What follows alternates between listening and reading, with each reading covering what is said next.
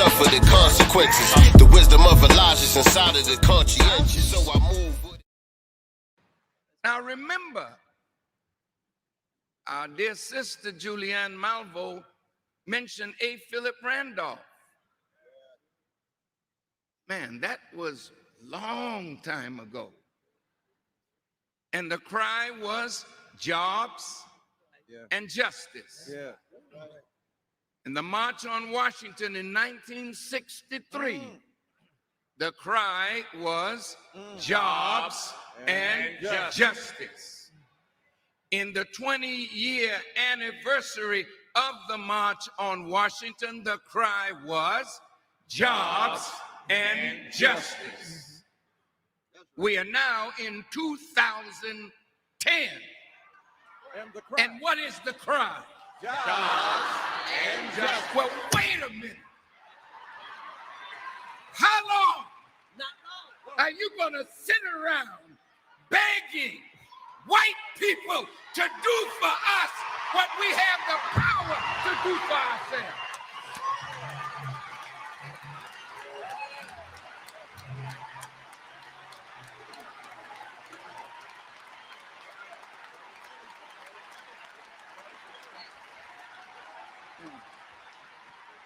Excuse me.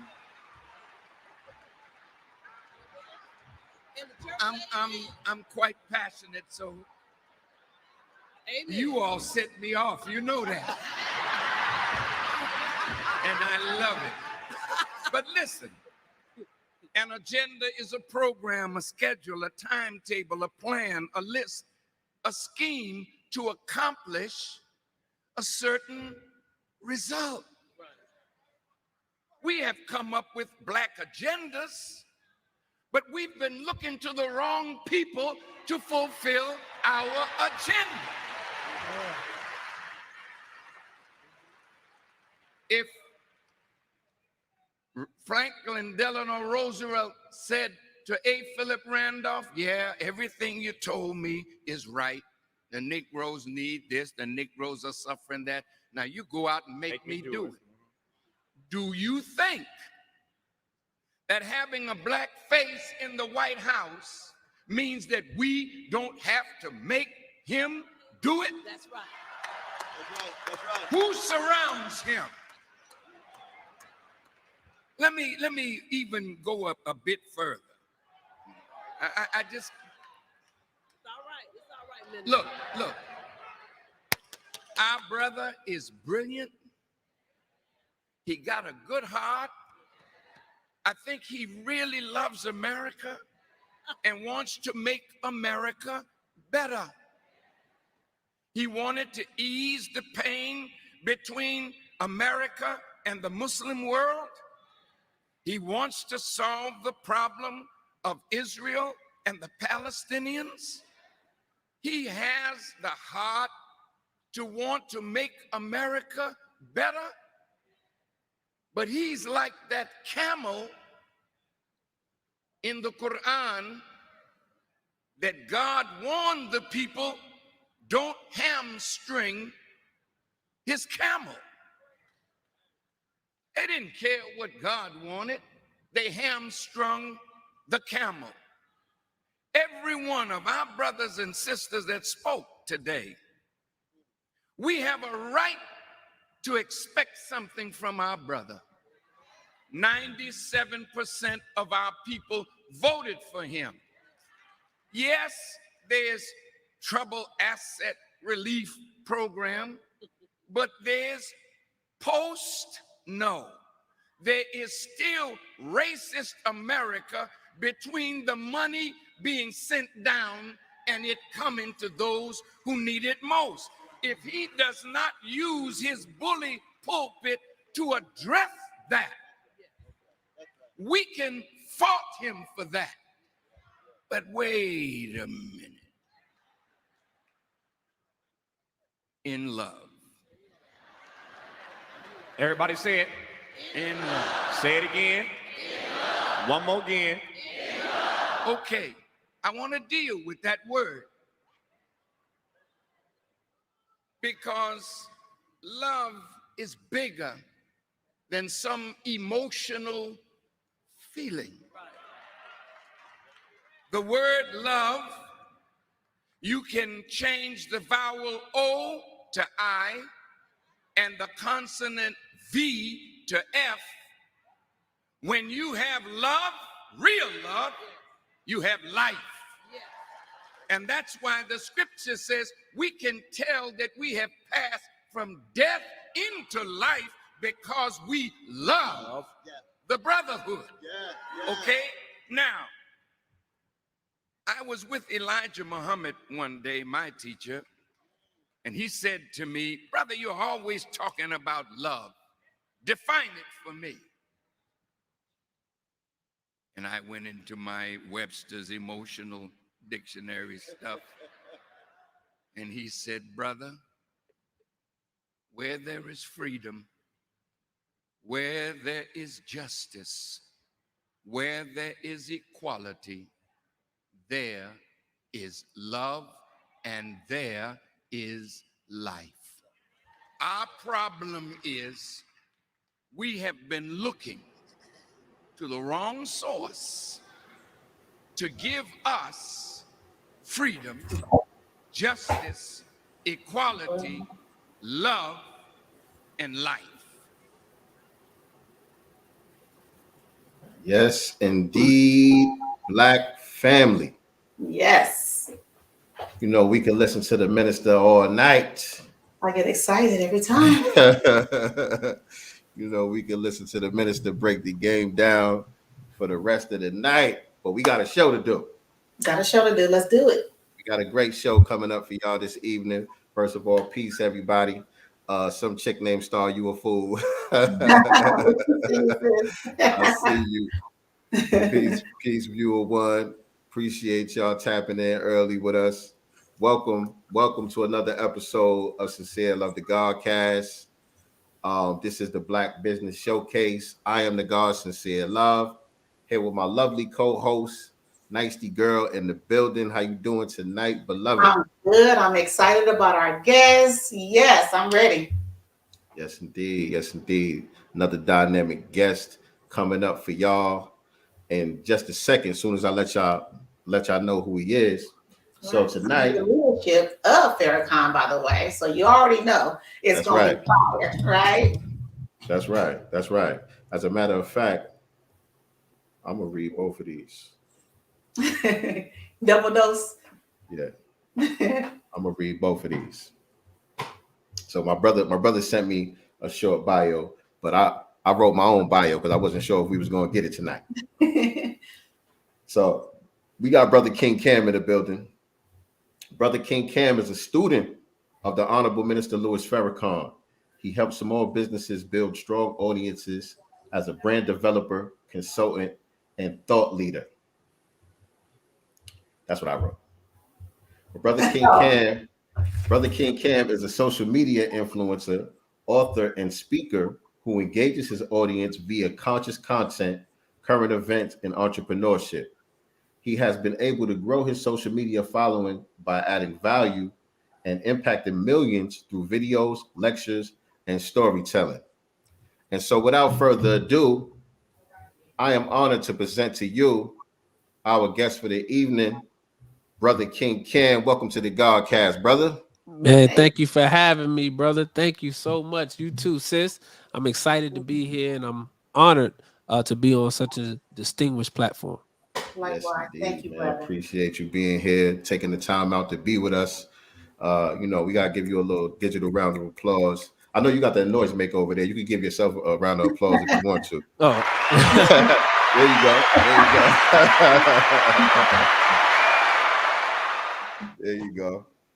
Man. yes, sir. So let's get this thing started, man. I always like to go all the way back to the beginning with the guests, man. Yeah. You know, and I've been in a few classes with you, a few Zoom calls with you over the past almost 2 years now. 2 years, yes, sir. Right? You know what I'm saying? I actually had the opportunity to meet you a couple of times At some different events, yes, sir.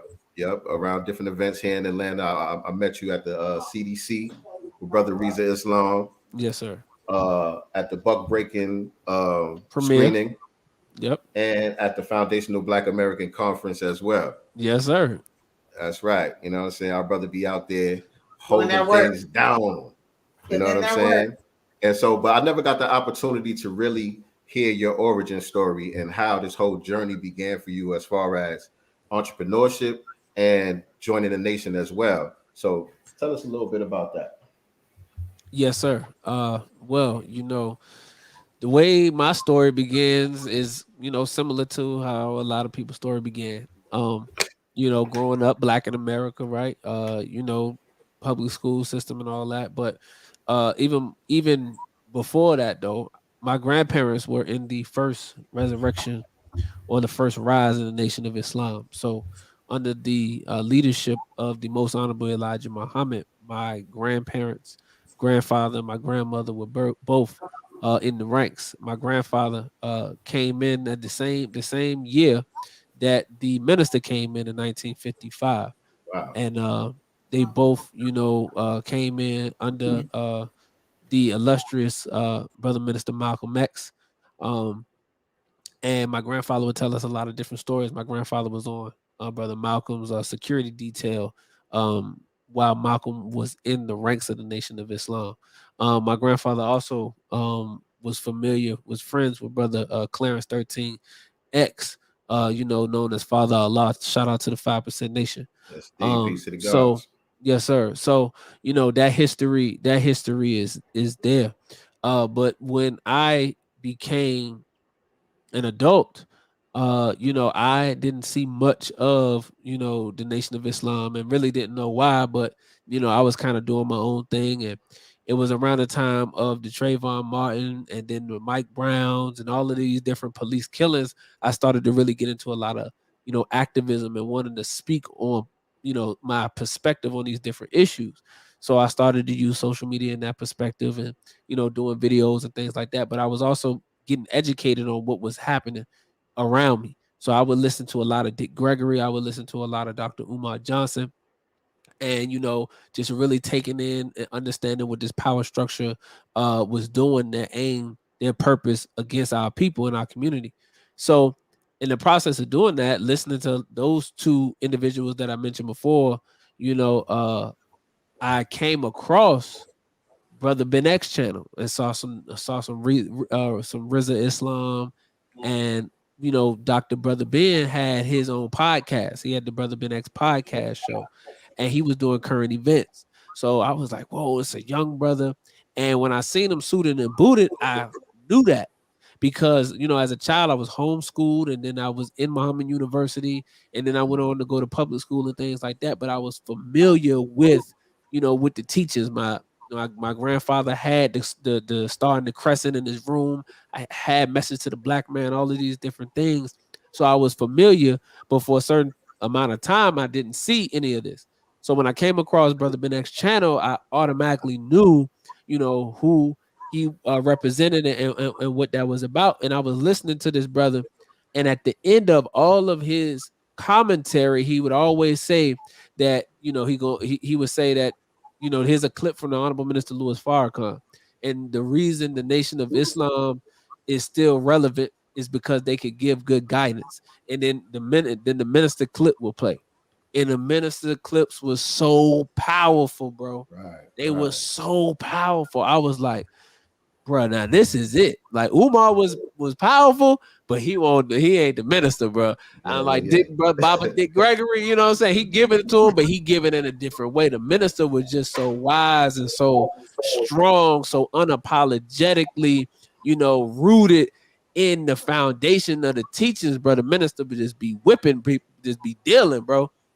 So, that inspired me. I was like, and at this point in time, I was in the community. I had been to different protests. I was working with other people in the community, trying to create an organization that was similar to the Nation of Islam, had principles of the nation, had some principles from the Black Panthers, and trying to create our own organization to really galvanize the men in the community, all this kind of stuff.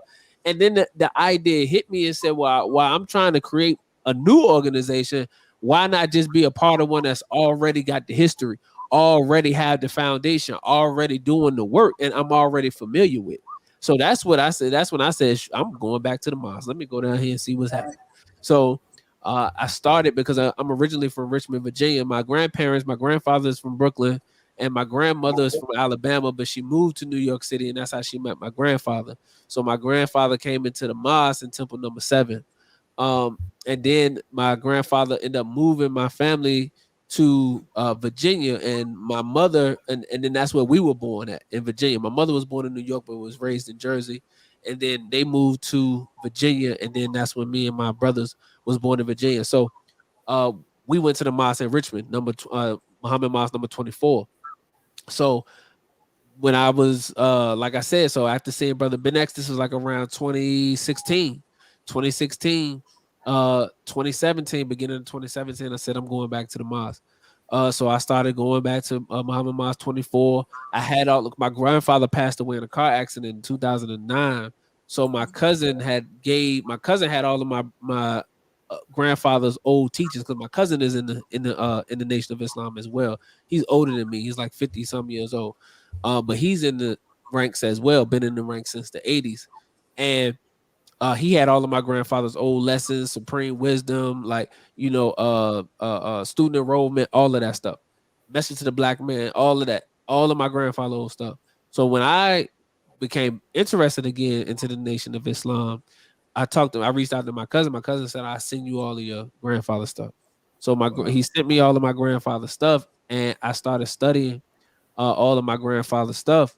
And then I decided in 2017, May of 2017, I got married. And then me and my wife decided we was moving to Atlanta, Georgia. She had always wanted to move to Atlanta. So I said, yo, let's go. I had been in and out of trouble in Virginia. I had gotten 3 felonies while I was in Virginia, suspended license while I was in Virginia, child support while I was in Virginia. So I was like, yo, I need a new setting anyway. I need a new environment anyway. You know what I'm saying? Like three different precincts and counties and all type of stuff. I had paperwork all over the place. So I was ready to get up out of there. So she wanted to go to Georgia. I said, let's do it. My uncle lived here in Middle Georgia, which is close down to Warner Robins, like 30 minutes past Macon. He said we could come down, move to Middle Georgia. Then I ended up finding a spot in South Atlanta. We was at my uncle's house for about 3-4 months. I found a spot in South Atlanta. We moved to South Atlanta. So when I got to Middle Georgia, stayed there for a while, and I started going to Macon Mosque under Student Minister Darrell. That's Muhammad Mosque 93. Stayed at my 93, and that's when I recited. So I had all of my grandfather's stuff. I studied his student enrollment, and that's what I recited, his student enrollment and actual facts. Then I recited in 93, and then after that, I ended up moving to South Atlanta, and I ended up transferring to Muhammad Mosque number 15, where I've been at since 2018. Since the top of 2018, I've been in Muhammad Mosque number 15 under the leadership of Student Minister Abdul Sharif Muhammad. And yeah, bro, that's how I got back into the ranks. It was in blood, though. It was in there. It was no way to get out. You had to. Right. Right. And you could just tell that the Most High hands was all in that. Like everything that you was going through in Virginia, all of the trouble that you was getting into and all of that, it was building you up and preparing you for this mission that you're on right now. You know what I'm saying? But thank you for sharing that, man. I had no idea. Like I said, I hadn't had a chance to really hear your story like that. I know you do have a book out. I haven't got my hands on that yet.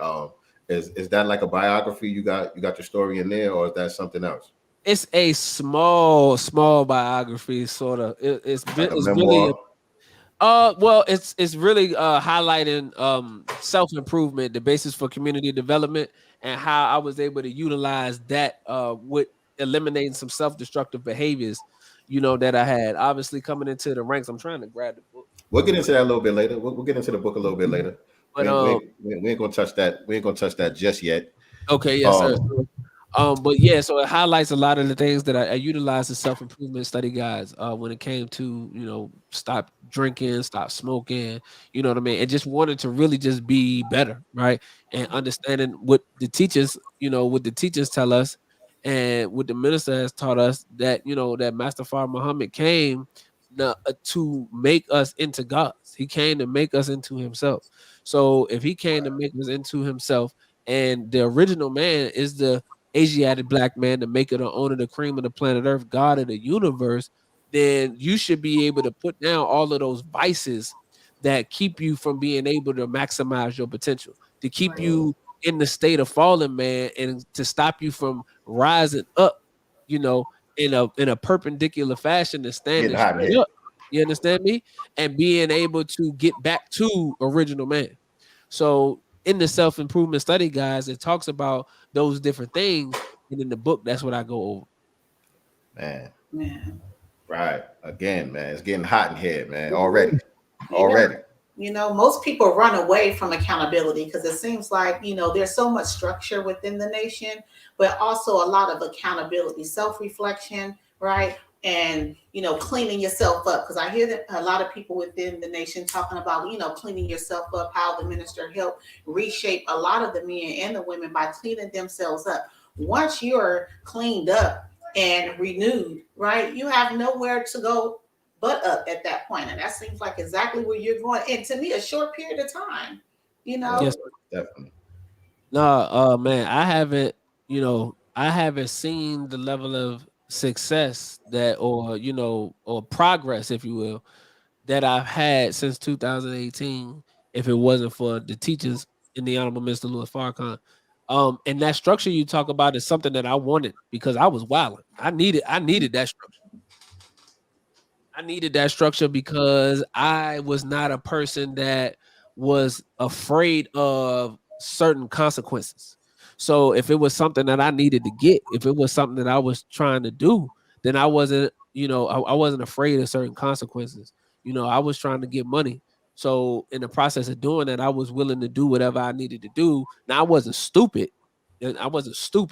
But at the same time, like, it was certain things I was ready to scheme, I was ready to plan, I was ready to do whatever I needed to do in order to get what I was trying to get. You know what I mean? So in the process of doing that, I needed that structure, and and I had to go sit down for about 4 or 5 months. You know what I'm saying?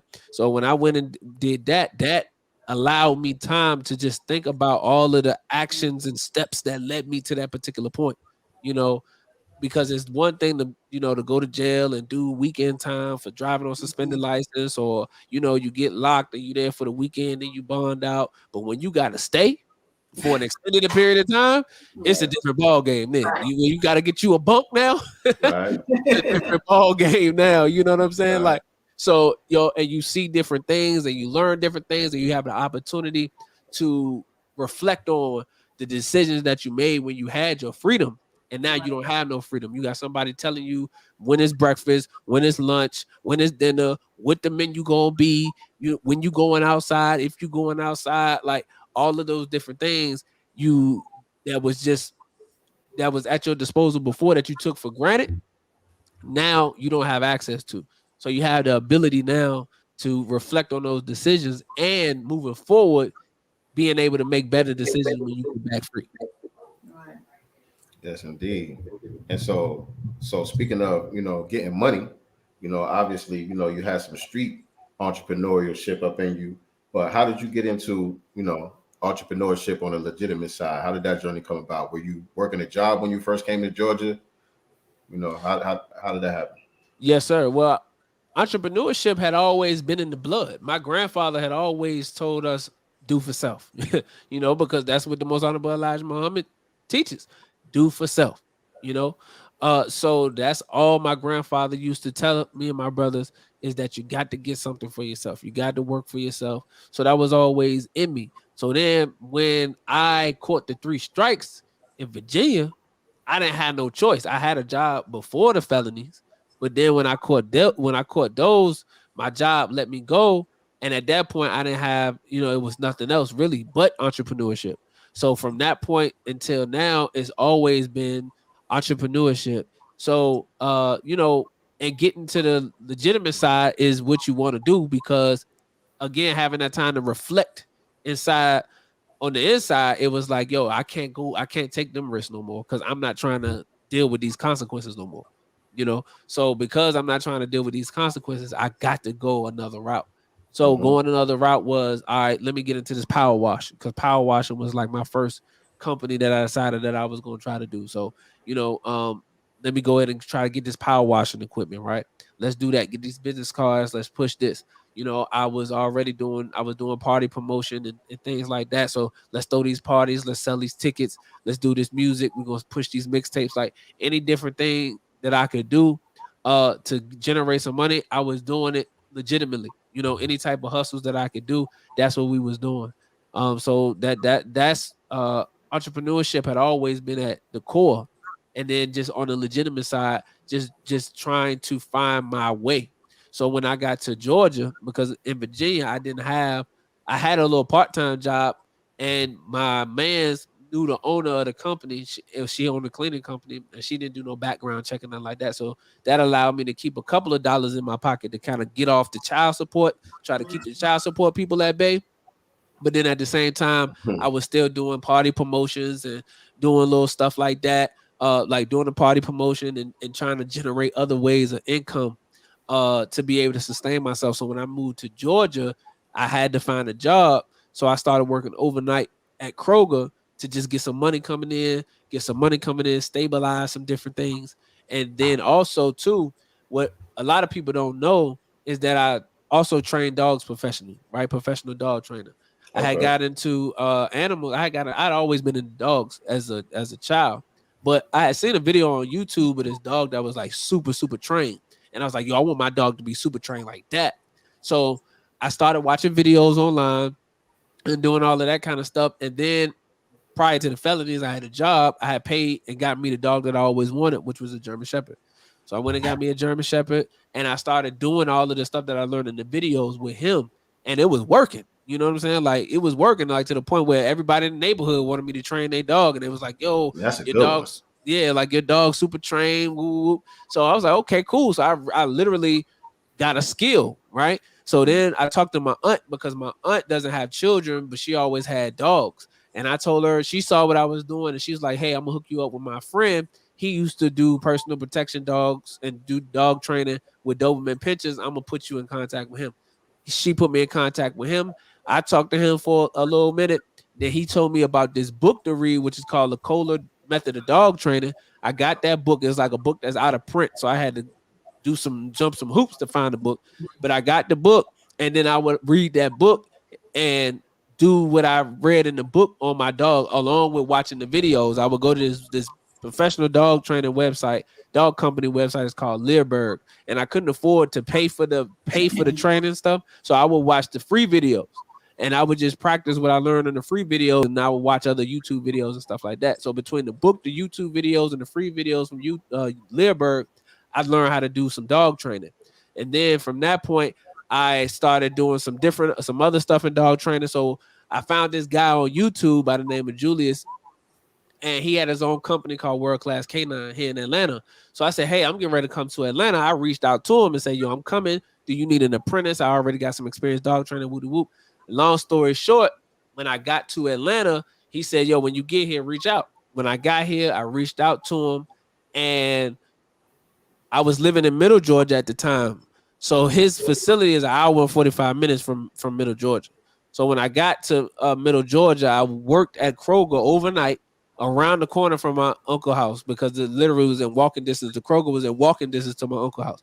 So I would go to the Kroger to work overnight there. And then when I got off in the morning, I would drive to Julius' facility to do apprenticeship with dog training. And I was doing that like 3 times a week.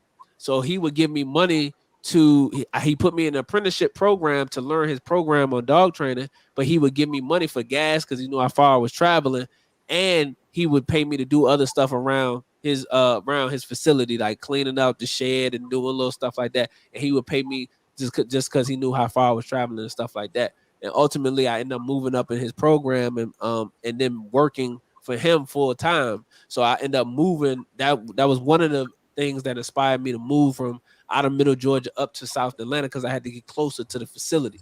So I found the spot in South Atlanta, and then I started, and then I was working full time, with World Class Canine. Wow. Talk about dedication, though. Talk about, I'm not going to let these felonies, child support, and nothing else hold me down. Let's talk about, I'm going to get on YouTube University, and dedicate my time to learn something so that I can put some money in my pocket to feed my family, to feed me. Talk about it, right? You would sit around and be like, well, right, I got a felony. I can't do nothing. Right? You got on that grind. I'm gonna still hustle, and I'm doing it the right way. But I'm also learning. I'm studying. I'm perfecting myself. And so the dedication, I heard a lot of dedication in that story. I heard a lot of resourcefulness in that story, and also this even gives me more of an insight into who Brother King Cam is as well. Because again, I've been tapped in with you for a while, and I've been seeing your growth. I've been seeing your success that you've been having over the last 2 years since I've been following you. You know what I'm saying? Yes, and so this tells me where the ability for you to not just take in the knowledge, but to apply the knowledge. You know what I'm saying? For you to get a book and look at some YouTube videos and really learn how to train dogs, put that in action. You know what I'm saying? And then monetize it. You know what I'm saying? In order to create a job for yourself. You know what I'm saying? So yeah, man, that tells me a lot about who the brother King Cam is. Yes, sir. Inspiration to other Black brothers out here, who, feel like because they may have a record, they have a past, that they're not able to, pick themselves up. You can, and you will, if you do the things that he just did, right? You just have to have a made up mind that you're not going to allow those things to hinder you. Put in the work. Made up mind. Absolutely, absolutely, and it's funny because, man, I didn't have the opportunity. I could have went, the trade route, like going to school for trade and things like that. But I needed the opportunity to make some money now. So I said to myself, because I was doing podcasting and vlogging and all that stuff in Virginia. That's what the first podcast was. It was called the Campaign. It was called the Campaign TV Trail. It was called the Campaign Trail podcast. And that's because I told you I was doing the promotions, the club promotions, and I had an artist. I had one of my mans. He is an artist, but he also needed help, like management, right? So what he would do, me and my mans, and then we was rapping, right? But we younger than he is, so he had already gotten some knowledge and some game as far as insight into the music industry. So he saw us doing some music, and he tried to help us. And in the process of that, me and him got real tight. And because he was older, he wasn't running in and out the clubs, hollering at the DJs and doing all that. But he taught me the ropes on how to network with the DJs and how to get in with the promoters and do all that stuff, how to break a record and doing all of that. So what I would do for him was I would push his music. So because I was already in the clubs, I was going to the clubs, talking to the DJs. He introduced me to all of the DJs in the city, made the introduction, and then after that, I was in there. So every weekend, Thursday to Sunday, I was going to different clubs or brunch or day parties or whatever, and I was getting the record spent. So in the process, going on college campuses as well, like UVA and VCU campus, at all the homecomings, doing all of that. So I'm learning about the music business side and not only just putting out music, but he also taught me about artist development, right? How to prepare a proper show tape, how to practice as far as like getting in the booth and, controlling your breathing and preparation for the booth. So I learned all of that different stuff from him. So in the process of doing that, I started vlogging it because my man got a Canon camera and my other man had a iMac computer because we was trying to shoot a music video, but we didn't have the bread to shoot like the video. They wanted like a couple $1,000s to shoot a video for what we was looking for. So we got our own camera equipment and we wanted to shoot our own video. So just playing around with the camera, we got into vlogging. So I would just bring my mans with me when I would go to the club because I was getting in for free because they knew me. So I was getting in for free. So he was coming with me and we was vlogging the whole experience. So we was vlogging the whole thing and all of that kind of stuff. So that's where the first vlogs and the first podcast, and it's still on my YouTube now. So if you go to the early videos on YouTube, you'll see the party promotion videos. I would throw my own independent parties. I used to have this series called the Epic Cookouts where I would throw these cookouts, and I'm talking about at my house, and then there'd be like 200 people there. Like it was crazy, right? So we was doing all of that. So that's when that was the first podcast and the first vlogs. So then when I moved to Atlanta, I didn't have none of the equipment because none of it belonged to me. I was just a host. But I would watch them. I didn't even know how to edit, but I would watch them edit. I would watch my mans edit all of the clips and the videos, and I learned, and they use Final Cut. So that's how I learned how to use Final Cut, watching them. So when I moved to Atlanta, I rebought all of the equipment because I still wanted to do media and podcasting and everything, but I had to buy all of my equipment. So when I was between working at Kroger and then becoming full-time at World Class, I bought a camera off of Facebook Marketplace, the one I'm on right now. I bought it off Facebook Marketplace. Then I went and bought a iMac. I got that off of Facebook Marketplace too, with Final Cut on it already. I would shoot and edit all of my own stuff. So that's where all of the podcasting and all that stuff, it started in Virginia, and then I just rebuilt it and changed direction of it when I got to Atlanta. But I had to buy all of that equipment and do all of that stuff. So that's where all of that came from. And now you have more of a know-how of exactly what you was doing and how to reach your audience and all of that good stuff as well. Added to the skills that you already built by default, based off what you was doing in Virginia with your peoples. Right. So in 2018 is when Brother Ben decided he was going to teach people how to grow on social media. Because when I found him on YouTube, he had already had 147,000 subscribers. But I had been watching him and followed him on all of his platforms and watched him grow them. So I said, man, I know this brother know what he's doing, because I remember when he got on Facebook and he grew that thing to 1 million followers. Same thing on Instagram, grew Instagram. I'm like, dang. So when he said he going to teach people how to do it, I said, I'm in there. Whatever I got to do, you know what I'm saying, in order to learn that skill. So that's what I was doing, man. So that's when I got into digital real estate. And that was before it was actually digital real estate, right? Right. It was called Paid to Lead at that time. It was Paid to Lead or I'm Money. He changed it 3 times. It was Paid to Lead, I'm Money, and then digital real estate, or I'm Money, Paid to Lead, and then digital real estate. Right. It was those. Yeah. So I was in the early version before it was the digital real estate. So cool. Because that's why I wanted you to go next anyway. You know what I'm saying? And shout out to Brother Ben X. Shout out to Dr. Brother Ben X, man. Right. You know what I mean? I hear a lot of the young brothers that's in the Nation of Islam really credit Brother Ben X for them getting into the mosque or back into the mosque, you know what I'm saying, based off of his content. And like you said, just constantly putting the minister out there, and just him being a beautiful representation. As a young brother, being a beautiful representation of the nation. I hear a lot of young brothers credit him with getting back up under those teachings. So shout out to Brother Ben X on that one. So yeah, tell us about, getting with Brother Ben X, getting up under that tutelage and beginning to grow your audience up to the point where now you're teaching people about digital real estate and how to grow their brands and their audience and all of that. Yes, sir. And it's the same thing that happened when it came to dog training. I met Brother Ben X at Savior's Day in 2018. First Savior's Day. That's when I first met 19 Keys. That's when I first met Brother Ben X, Brother Winford at Savior's Day. And like I said, when the brother decided he was going to start teaching people how to grow online, I said, whenever he launched, I'm in there. So when he put it out, I was in there, bro. And, it was a lot, very intimate. It was only like 10 people in there. And, we would get on the Zoom calls with Brother Ben, and, he would just he would teach us all of his strategies. He would help us break down our brands and what we were doing. And, a lot, and my brand is similar to his brand in a lot of ways. So I literally would mirror a lot of the stuff that I would see him do. He would give different strategies in the class, and I would just implement, all of the strategies that he would tell us to use. So I'm doing influencer marketing.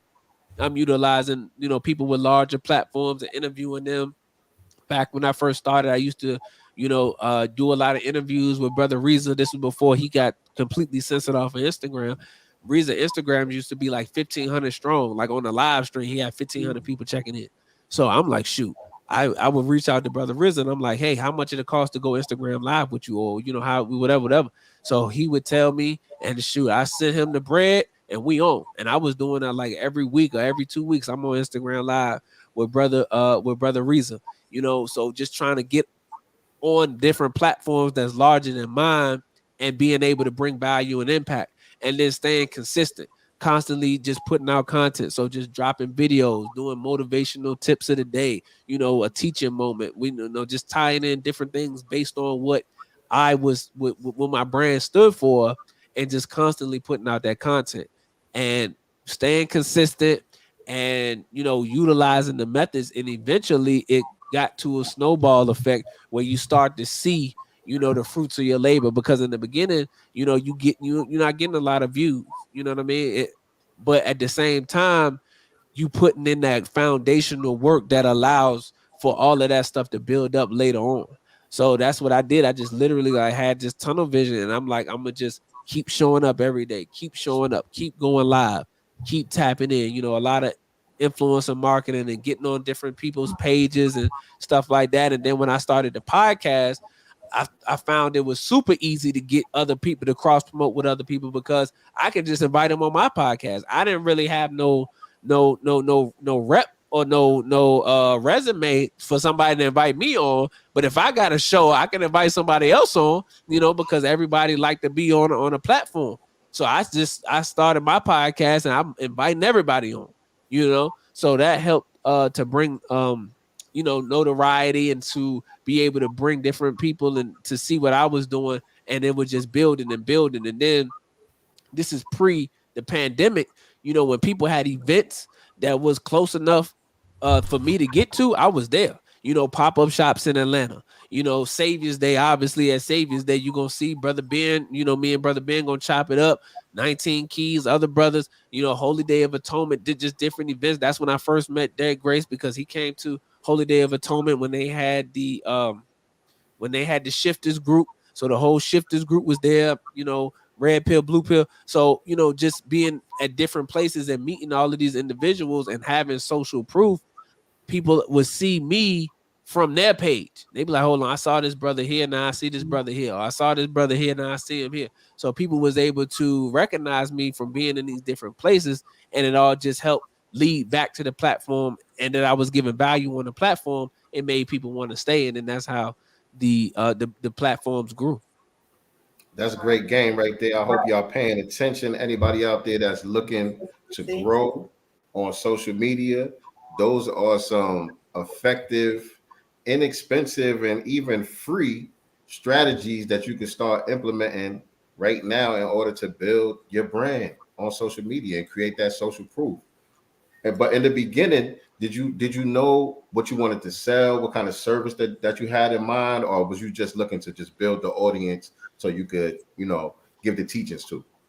No, sir. As far as product wise, I didn't have no idea about no products or no services for probably the first 2 years. First 2 years that I was doing it, I didn't know anything about no products or no services.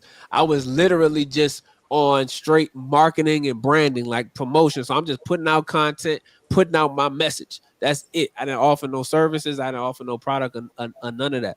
So I knew I just wanted to help, give life to the dead and to help give people these teachers that can help improve their life. That's all I was thinking about.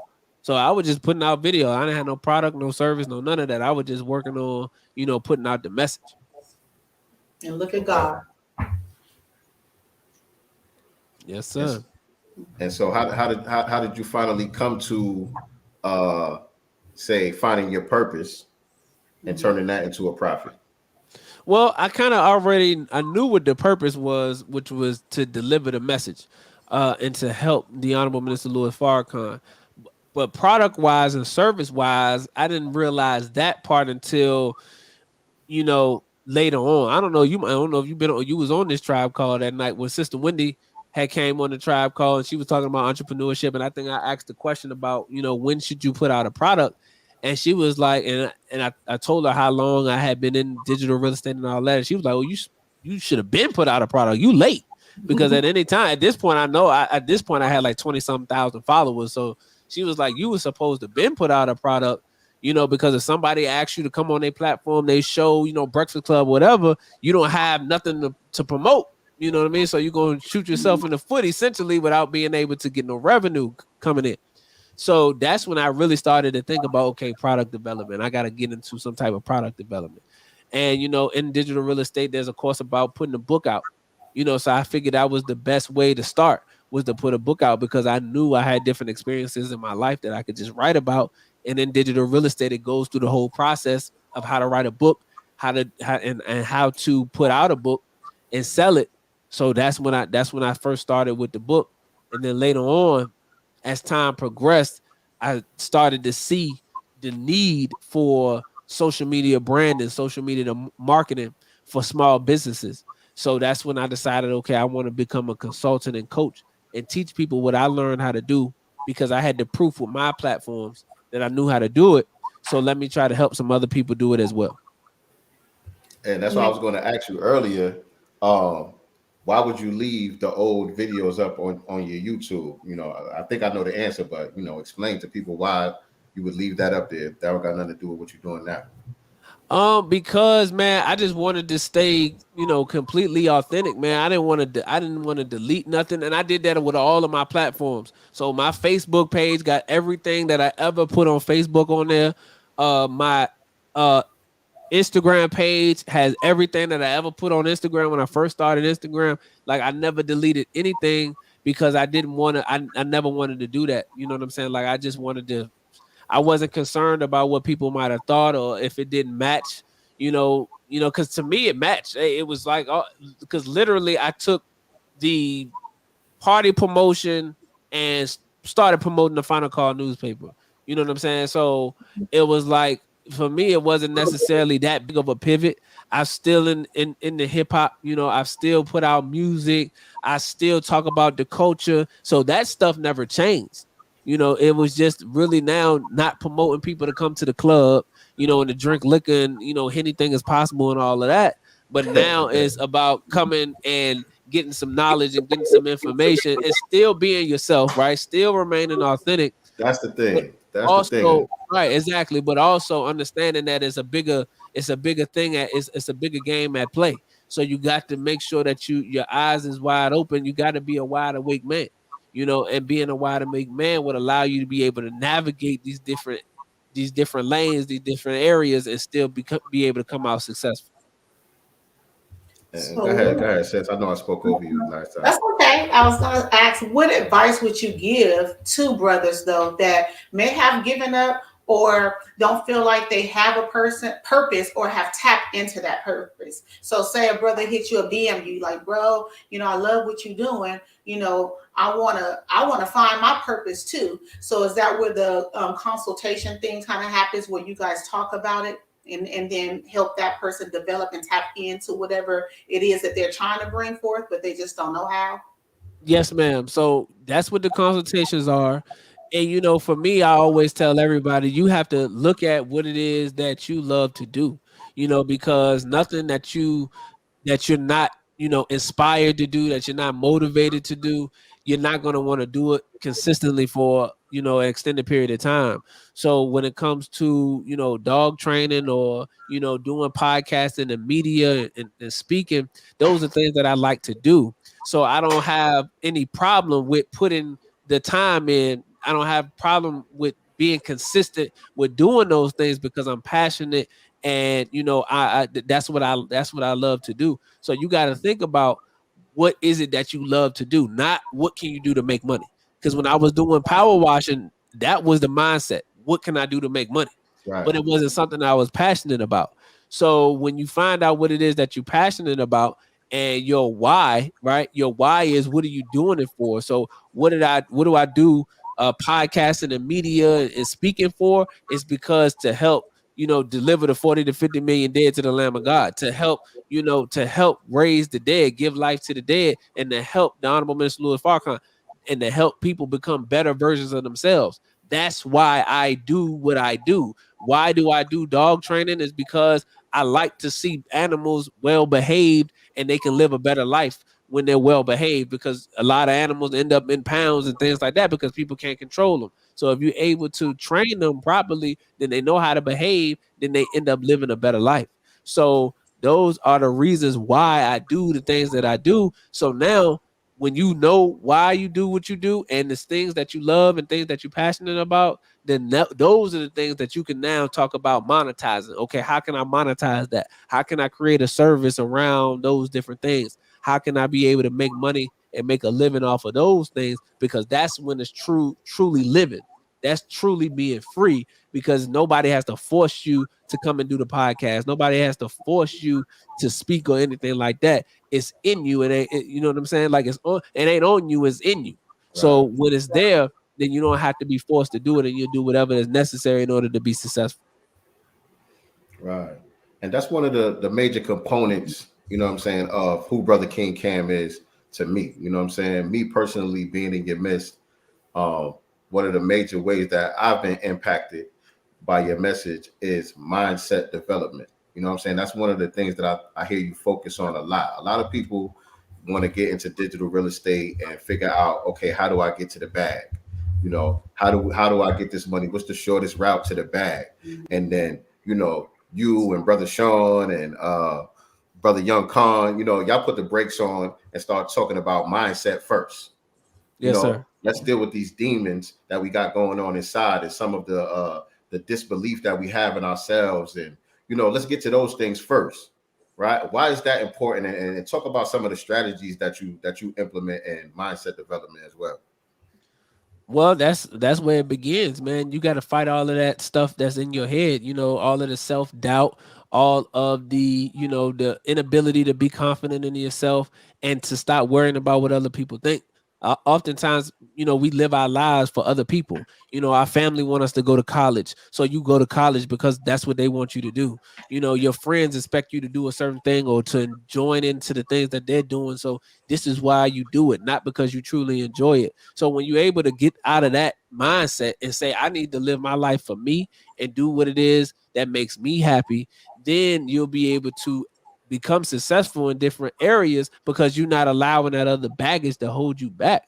So for me, you know, getting online, I wasn't always the best when it came to public speaking. You know, even when I first spoke at not the first time, but the first time I spoke in Atlanta Mars, I was terrible. You know what I'm saying? Like, because, you know, I wasn't used to it, you know, but being able to overcome that fear is what allows you to push forward and become better and to work at the craft.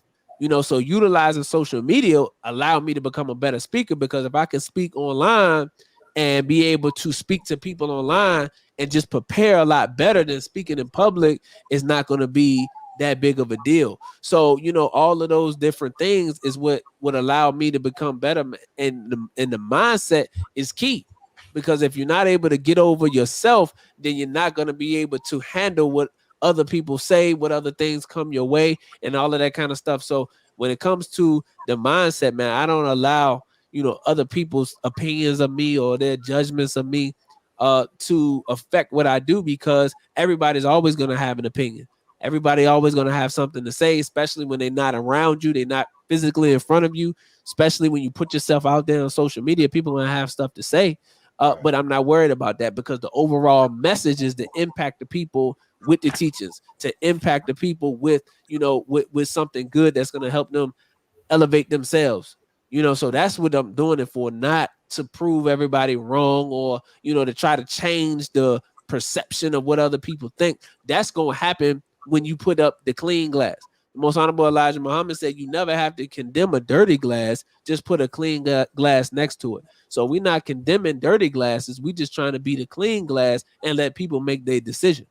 So getting out of the mindset and getting out of your own way is when you're going to start to be successful. Man, and it's just something. It's something about y'all brothers and sisters in the nation when it just comes to the grace and dealing with your people in a certain way. You know what I'm saying?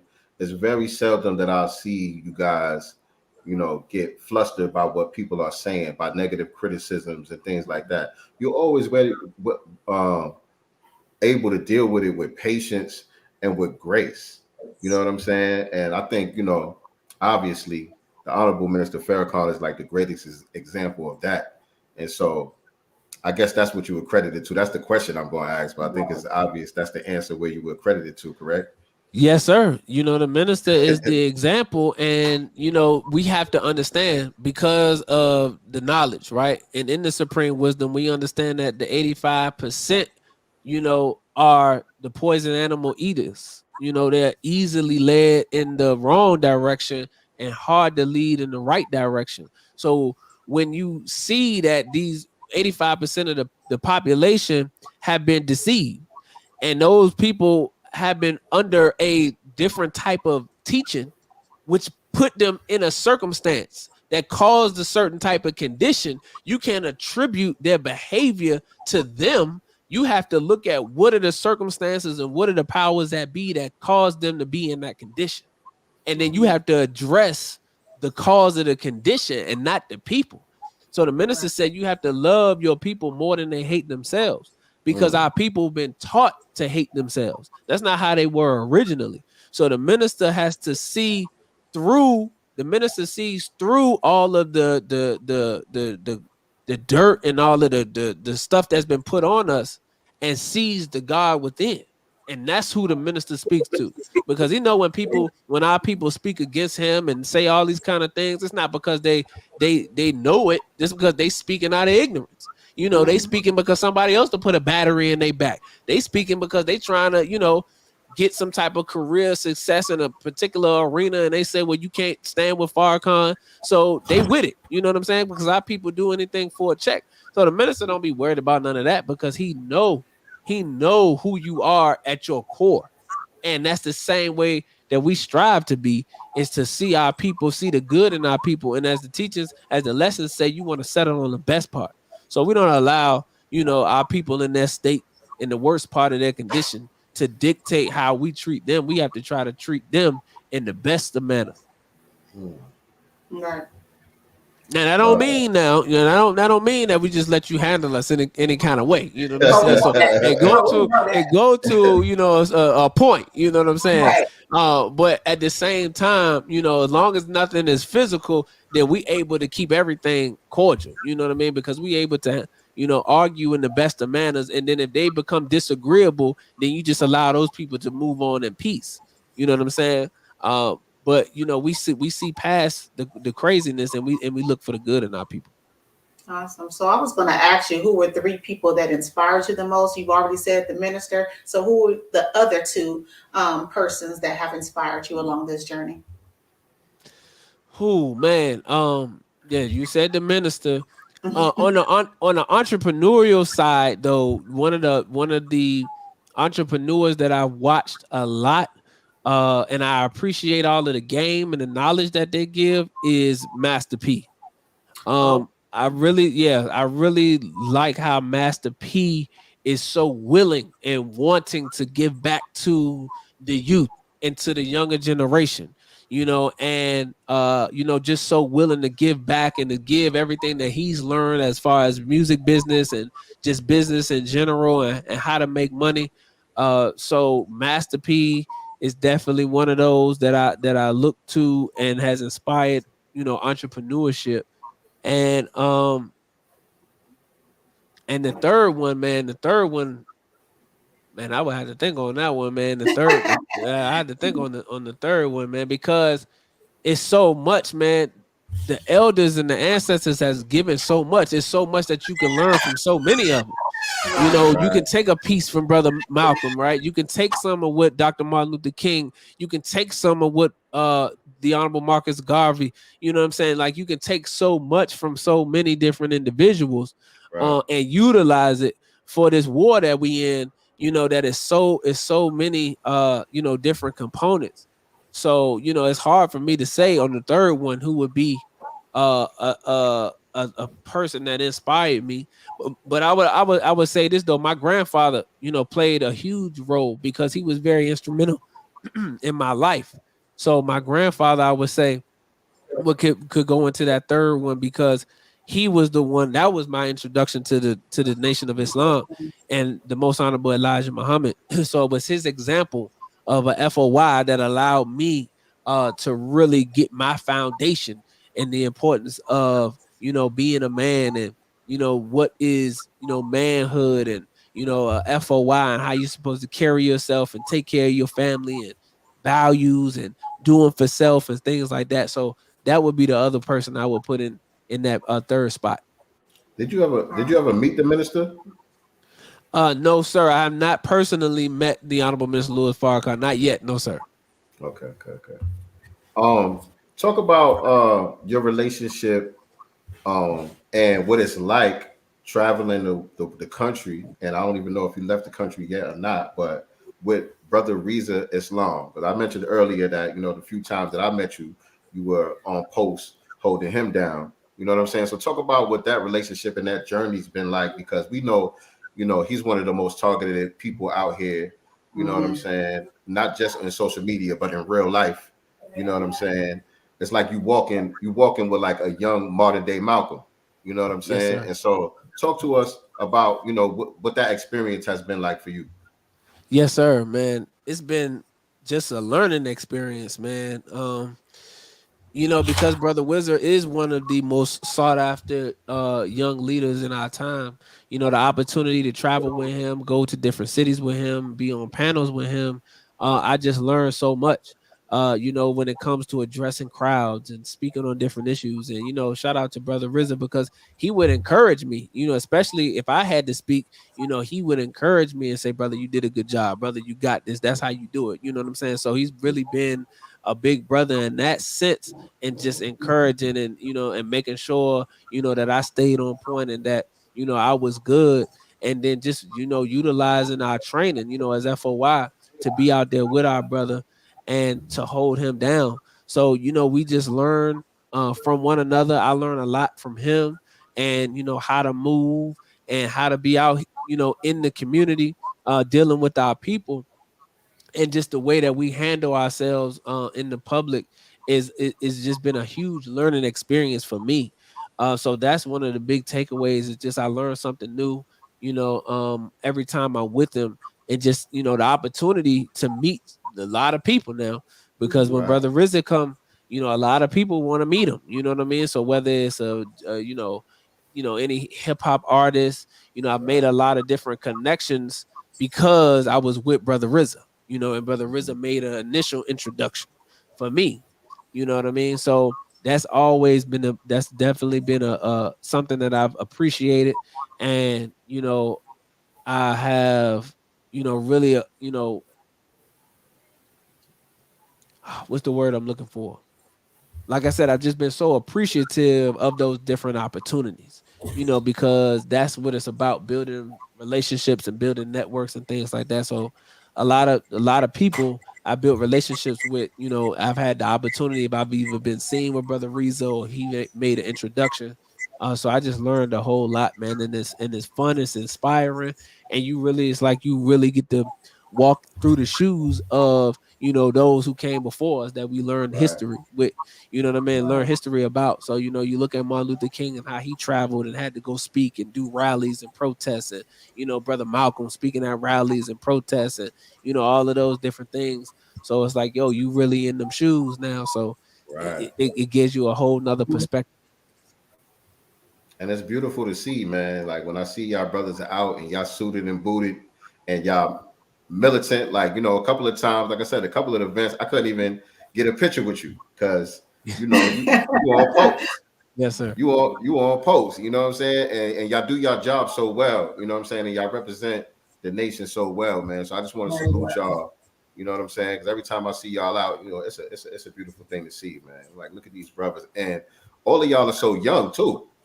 I was gonna say that, like, you know, y'all act like little old men, but y'all are all babies. For real. I Yes, say sir. that because you know what? It's so much wisdom in all of you young brothers. Rizza's young, Brother Young. Ben is young, Ben X is young, you're young, but there's so much wisdom. Where did that come from? That came from the Honorable Minister Louis Farrakhan. You know, that came from him and watching him, you know, following his example, you know, listening and studying him, you know, his lectures, reading the books of the Most Honorable Elijah Muhammad. You know, when you have access to the knowledge of God himself, then it's going to make you sound very wise. It's going to make you sound like you know a couple things. So, you know, and really locking in, because our people are not used to really seeing black people who are, you know, dedicated to study, dedicated to knowledge. You know, you see people who are dedicated to sports and, you know, being supremely athletic, and those are beautiful things. But what does it look like when you exercise the brain muscle? Because at a certain point in time, the physical body is going to break down. You might get injured playing basketball or football where you're not able to perform at that level, but your mind is something that's constantly growing, constantly taking in information. So when you see the Most Honorable Elijah Muhammad and what he was able to do with a third grade education, because he was taught by God directly, and then his students, whether it is a Muhammad Ali, whether it is a Dr. Khalid Muhammad, whether it is a Minister Malcolm X or the Honorable Minister Louis Farrakhan, all of them, Ali. yes, Sister Shahrazad Ali, all of them who have came through or came off of the tree of the Most Honorable Elijah Muhammad, they are the fruit that the wisdom bears. So if they are the fruit that the wisdom bears, and some of them was only in it for a short amount of time and was powerful, then just imagine what you in it, if you in it for an extended amount of time, what you'll be able to do. So that's what you're seeing. You're not seeing me or Brother Ben or Brother Rizzo. You seeing the wisdom in the teachings of the Most Honorable Elijah Muhammad, if applied, what you have the ability to do. And this is what Jesus was. This was the purpose. This is what Jesus is. He's an example of human potential. So Jesus was telling the disciples, everything that I can do, you can do too. But you have to apply what I'm teaching you in your life, and you'll be able to exemplify that same power that he did. Yes, indeed.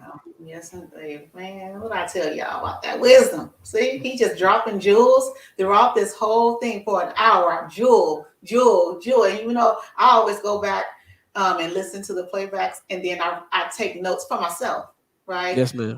Well, yeah, and I'll be like, oh, I'll send it to a family member. Hey, I need you to fast forward to this part because I need you to hear this, because you have conversations in your family or with friends, and sometimes you don't have the words, right? But then you'll hear it from someone else. This is what this is tonight. Yeah, for sure. Yes, ma'am. Right. So talk about the book, man. We touched on it a little bit earlier, but you do got a book out. Yes, sir. Self-development. Yes, sir. The book is called The Enemy is the Enemy: 4 Ways to Stop Self-Destructive Behavior. Hold on, let me zoom in on that real quick. Zoom in that real quick because I need to get that for somebody. The enemy is the enemy. Yes. I think I might have bit that bar too. Don't be surprised if I said that in a song or something. No, you good, brother. You good. So yeah, 4 ways to stop self-destructive behavior. So, you know, in this book, man, I talk about utilizing the self-improvement study guides, right? The self-improvement process in order to try to curb some of these self-destructive behaviors. So before, you know, I wrote my letter and joined the Nation of Islam, I used to smoke weed, right? Used to drink liquor. You know, I was on the Henny, the Douce, you know, all that. And, you know, coming into the nation, you have to, you know, rid yourself of those different things. So in order to do that, the first thing you have to have is a made up mind. You have to decide that that's just not what you're going to do anymore. So, you know, back in 2017 was the last time I smoked weed. And literally it was like, okay, I want to join the nation. So I got to stop smoking weed. So I'm done. You know what I mean? So I had a little, you know, smoke left. And I said, after this is finished, you know, because we won't go throw it away. But after this is finished, though, you know what I'm saying? We done. We ain't going to buy no more. You know what I mean? We ain't going after no more. So, you know, so that's what I did. And then I really wasn't that big of a liquor drinker. Like I didn't go to the liquor store and buy liquor just to have in my house. Like it was just, you know, on special occasions or going out to the club. We had a section, we ordered bottles, that type of thing. So I really wasn't, you know, in the alcohol like that. So when I wasn't going to the club and, you know, doing all those different things, it was no need for me. I wasn't drinking liquor anyway. So that was super easy. You know what I mean? And having that made up mind, fasting during the month of Ramadan, fasting 3 days out of the month, you know, and just channeling energy in another way, channeling energy into studying the books of the Most Honorable Elijah Muhammad, channeling energy into studying the lectures of the Honorable Minister Louis Farrakhan, books by the minister, you know, and just increasing the knowledge help to curb the appetite for those other things that you would normally do when you don't, if you're not working or anything like that. Channeling that energy into entrepreneurship, learning how to grow my brand on social media. That's what I turn my energy to, and that's what allowed me to put those other things away. So, in the book, that's what I talk about, and I break it down into 4 different sections. And I just talk about my personal experience in those 4 different sections, and how I was able to, to change my life in that particular manner. So, you go to the website, you have access to purchase the book from there. And man, I hope y'all definitely support. That's brotherkingcam.com, right? Yes, sir. Or you can get the book at the enemy is the enemy .com. Yeah. Okay. Well, I have a few men that in my family that I may kidnap and drop them off at a local mosque. Y'all just hold them. Hold them. Yes, ma'am. Hold them there. I need help. We need some help, really. Yes, ma'am. I think I might have spelled it wrong or something. Yeah, the enemy. It's the title of the book. The enemy is the enemy.com. I need to drop at least 2 off right now. Yes, and yes, that spiritual cleanse that they need, and just some encouragement, because I think that a lot of times, at least from what I'm seeing here where I'm at, a lot of times it's just not it's the circle that a lot of the men are in, and they don't have mentors. And I don't think that a mentor means that you have to be a little kid. Teenagers need mentor. Other men need mentors. You need that type of support. And I think a lot of it, the behaviors that I see is from the lack of support, and of course the circle that you're keeping. That's the circle is huge. Yeah, you're not gonna move forward, with a bunch of people that's holding you back, and then you're, getting involved with certain things that's not conducive to your life. It's not helping you build anything. It's not putting any money in your pockets. You stagnant as all out those. So what are you gonna do to change, right? So absolutely, you gotta change you. You gotta change your circle and build with like-minded individuals.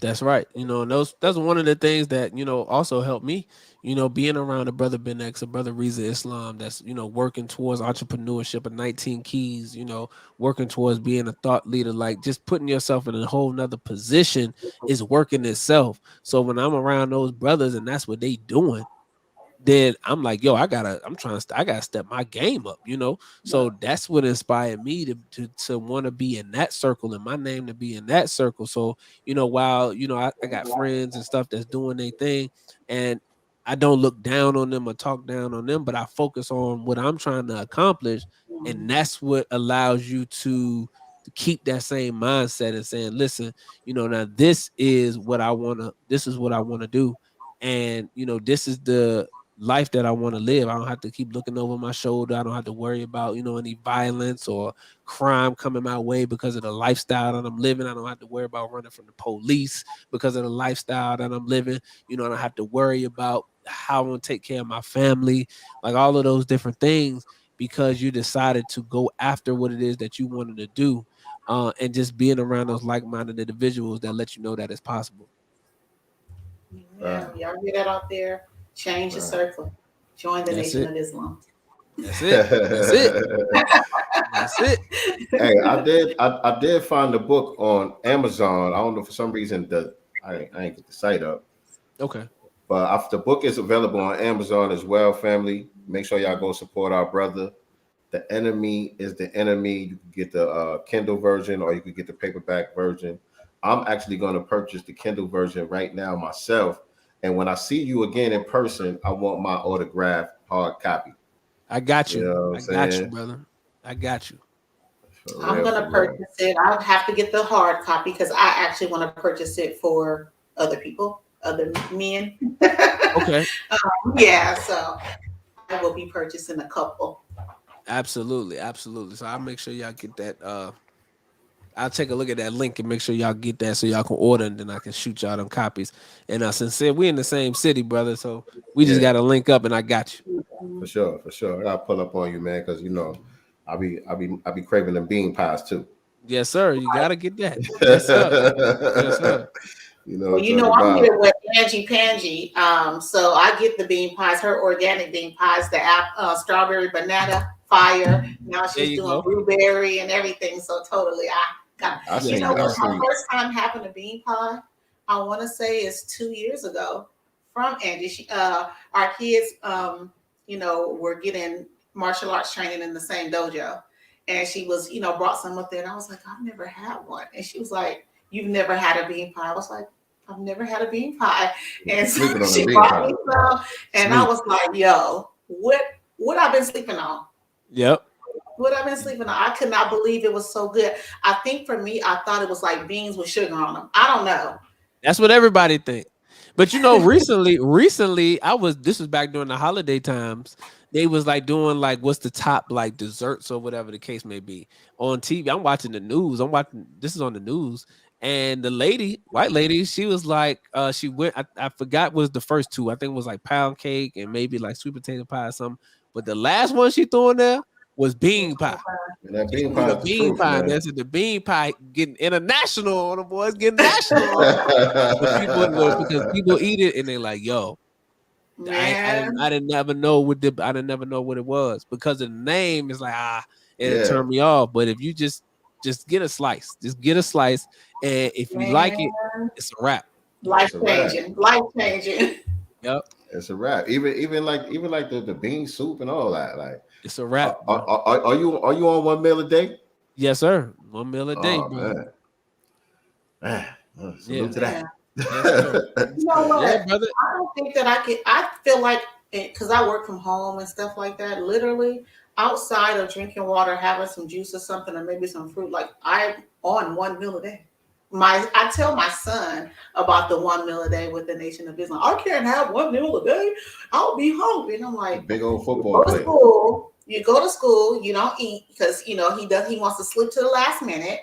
You don't eat at school because you don't like the food. You wait till you get home to eat, which is dinner. You're eating once a meal day. a day. Bro. That's it. He don't But it's even, what you eat too, though. It's he don't what you even eat too, realize. though. Yeah, it's what you eat. He don't even realize he already on 1 meal a day. Because He like I said, already when he get home, he done only had 1 meal a day. One So meal. you just program to think that you can't Yeah. eat one, Yeah. 1 meal a day, but you already doing it.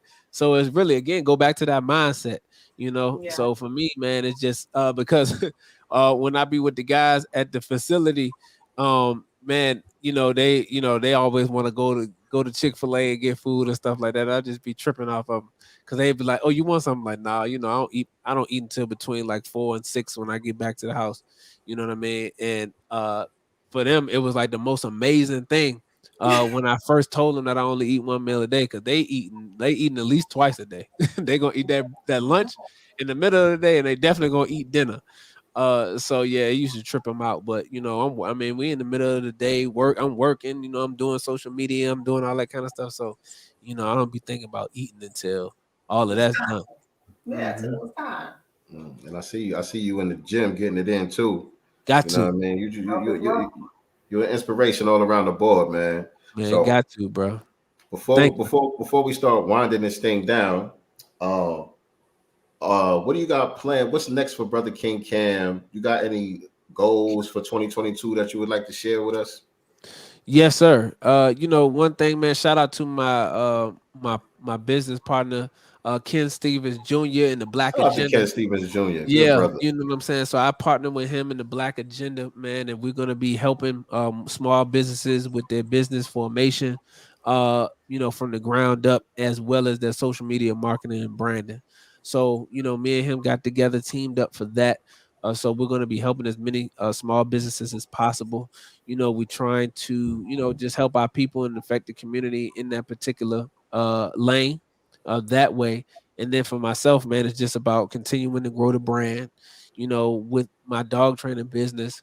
That is, I'm taking that to a 7-figure company, because it's already in a good place, but utilizing everything that I learned about business to take it to Scale a it. 7-figure, right, and scale it is what the next step is for 2022. So I'm really, really excited about that. And bringing social media to that, because the business already had social media without necessarily using it. You know what I'm saying? So it was just like by happenstance, like just posting videos on YouTube by happenstance, and they go viral. So that's how the following was built. But now that I'm working hands-on with the following, then we're gonna be working on that in the social media, in the marketing department, and just growing the business out to scale it to where it needs to be, so that we can get to that 7-figure mark. So those are the two biggest things that I'm working on in 2022. As far as entrepreneurship, expanding the brand, and then new partnerships and networks. I want to be your Great. partner. Huh? Nah, but this is the reason why you got to change your circle, ladies and gentlemen. This is the reason why you got to get into different rooms with different conversations, because you see how much ease that came out of my brother's mouth.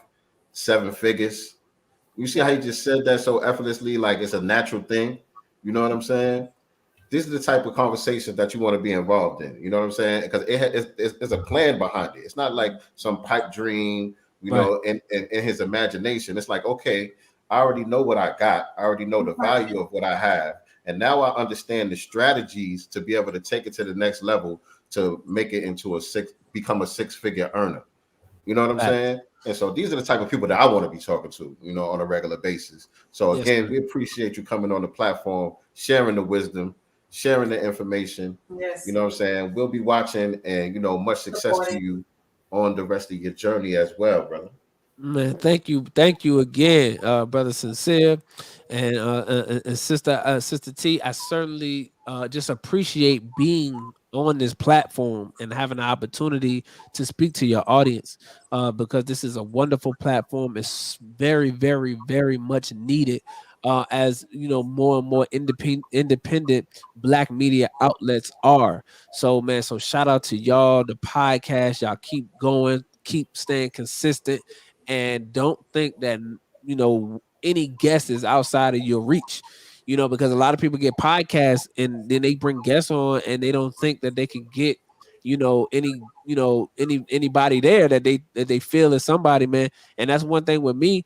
I go after anybody. If I miss, I miss it. But if I get it, I get it, man. I had people I done had brothers that I know on my podcast, like personally, to like some of the biggest names. I done had Dr. Wesley Muhammad come on the podcast several times.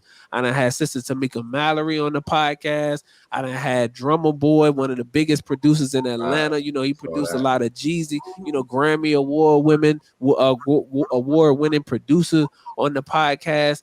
I had entrepreneurs. I done had just different people from all over the place on my platform. Brother Rizza Islam on the platform, so many different people. And it's because I never was afraid to shoot my shot. So, they say that you miss 100% of the shots that you don't take. You need to take as many shots as possible. So that's what I would say to y'all, man. Don't think because you think your podcast is whatever it is, you don't have this many listeners or this many things. No, you can get whoever you want on the podcast, and you just stay consistent. You can grow it to what you want it to be. Thank you. Well, Sincere is the one who brought me out my shell, because I'm the introvert. I'm not super active on social media as far as doing lives and stuff like that, because I'm still getting comfortable with public speaking. As you noted, probably I trip over my words because I really get nervous. Like we've been doing this for 3 months. And I still, like, my heart is pumping so fast because I still get nervous. But I'm going to get better, and I'm going to get more active, y'all, on social media. I'm going to come on my shell. He's just inspired me. Yep, you got it. Yes, indeed. And, that's exactly what we've been doing, man. We've been shooting our shot. Yeah. And, that's how we got Brother King Cam on here today with y'all. Man, come on now. So, come on now. It's all in the wrist. Shout out to that. Yes, ma'am. Yes, sir. We on our way. Absolutely. And so we just got 2 more questions before we let you go, brother. Yes, sir. Yes. So before I like to end my final question with each guest, what does freedom mean to Brother King Cam? Well, freedom, true freedom is when all people have equality, freedom, and justice. That's what freedom, that's what true freedom is. When you are equal, when you have real justice and truly free, not free in substance, not free in word, but you need to be free in word and kind, which means you need to be able to make your own decisions and be able to just go out and make your way as any other nation of people uh, have been able to make their way. So what does that look like? That means being able to have your own state or territory of your own, being able to govern yourself, being able to produce the things that are necessary to feed yourself and your people. That is what true freedom is. So when you're able to do that uninhibited, when people leave you alone and allow you to do that without any of the, the different different things that they use to try to keep you from being free, that's what true freedom is. Absolutely. Thank you. Yes, indeed. And thank you for the support, Alfonso. Appreciate that, brother. Yes, indeed. Yes, indeed. Shout out to Alfonso. Guys, make sure y'all go get that book. And so this is the part where I got to put you on the spot, brother King Cam. But I know you used to the spotlight by now. Yes, sir. You know what I'm saying? So now you got the microphone, you got the bullhorn. The entire Black community can hear what it is that you have to say. What parting words do you want to leave us all with tonight? I would just say that, we as a community, have to get back to what is best for ourselves. So the Honorable Minister Louis Farrakhan said in the Million Man March in 1996, that there, 1995, that there were during the Million Man March, he made all of the men that was there to pledge, right? To pledge to go back to their communities and make them a safe and decent place to live. To pledge to go back and to start businesses and to, open hospitals and to be better fathers, be better brothers, be better husbands, and to make your community safe and decent for the women and children there. And he said that in 95 at the Million Man March. And I would say that we in 2022 as men have to get back and assume their responsibility. Our women have shouldered a lot of that responsibility because of mass incarceration and the prison, the school to prison pipeline that have taken a lot of men out of the homes. So women now had to be that rock, that foundation. But the wisdom is here now.